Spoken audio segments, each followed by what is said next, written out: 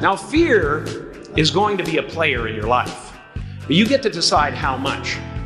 You can spend your whole life imagining ghosts, worrying about the pathway to the future, but all there will ever be is what's happening here, and the decisions we make in this moment, which are based in either love or fear. Choose love, and don't ever let fear turn you against your playful heart. So many of us choose our path out of fear disguised as practicality.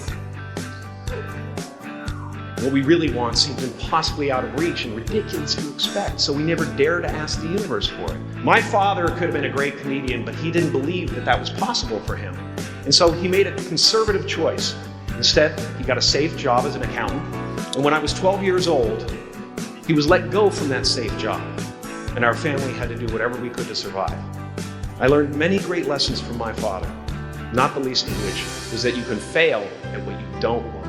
So you might as well take a chance on doing what you love. And he treated my talent as if it was his second chance. When I was about 28 as a professional comedian, I realized one night in LA that the purpose of my life had always been to free people from concern, just like my dad.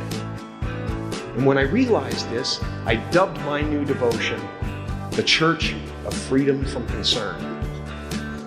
The Church of FFC, and I dedicated myself to that ministry. What's yours? How will you serve the world?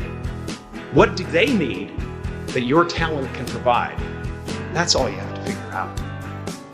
As someone who's done what you're about to go and do, I can tell you from experience, the effect you have on others is the most valuable currency there is. Because everything you gain in life will rot and fall apart, and all that will be left of you is what was in your heart. My choosing to free people from concern got me to the top of a mountain. Look where I am. Look what I get to do. Everywhere I go. I'm going to get emotional because when I tap into this, it really is extraordinary to me. I did something that made people present their best selves to me wherever I go.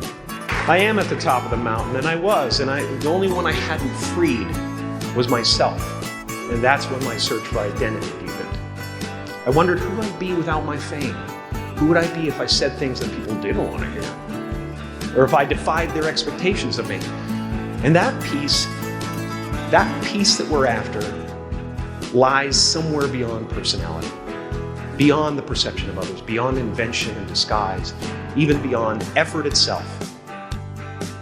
You can join the game, fight the wars, play with form all you want, but to find real peace, you have to let the armor go. Your need for acceptance can make you invisible in this world. Don't let anything stand in the way of the light that shines through this form. Risk being seen in all of your glory.